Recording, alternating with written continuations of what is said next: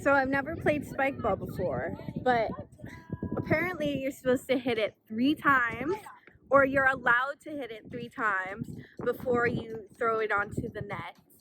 And I'm supposed to play the winner, I guess. So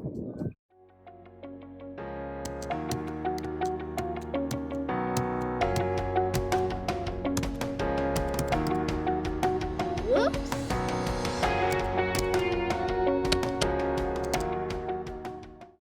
Hey guys, welcome back to Dyslexic Tay. The theme of today is note-taking, working smarter, not harder. So here I am just taking some notes. I'm technically on fall break, but unfortunately I was a little backed up with my note-taking in biology. So I'm just catching up because it's a course that basically take one semester and then you take the second half the second semester. So it's important for me to understand this material. So I'm just going through and taking notes. Because I am dyslexic, taking notes at the speed of a neurotypical kid is unrealistic. It's just not something that's going to happen. So I usually have to set aside 2 to 3 days, if not an entire week, for one of these biology chapters, only because my processing speed is a lot slower than that of a neurotypical kid, which means most of the time I have to reread. And the reason why this is working smarter, not harder, is because before I used to take notes by hand on GoodNotes on my iPad. And it just wasn't working. It was really slow. It would take me longer than a week to finish a chapter because I would go through, write out everything, and it just wasn't working out. So my biology professor, luckily, she adds into the Canvas a Google Doc study guide that she's created, which basically is an overview of the entire chapter and highlights the important topics she wants us to know for the test. My sisters came home from, I think they went to Costco's, and they asked if I wanted to go play Spikeball. So usually what I do is I go on my treadmill. So I usually do Lauren Giraldo's 12:3:30, and because it's gotten a little easier, the last 2 minutes I bump it up to a 12:4:30. So instead of doing that, I'm gonna go play some Spikeball. I gotta say, my hand-eye coordination is pretty terrible. But what I found is that in order for me to do well throughout my day, I need to have some sort of active activity. Otherwise, my brain is just not functioning that well. So today I'm going to do a run to the park and play some Spikeball. So I'll show you guys that. Okay.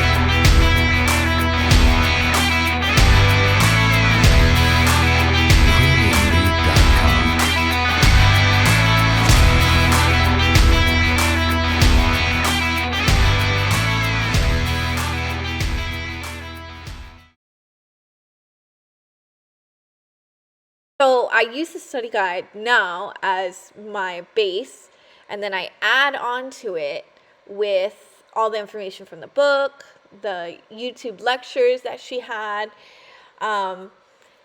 And then because of my ADHD, if I'm forced to read something that's just black and white, my eyes are going to gloss over.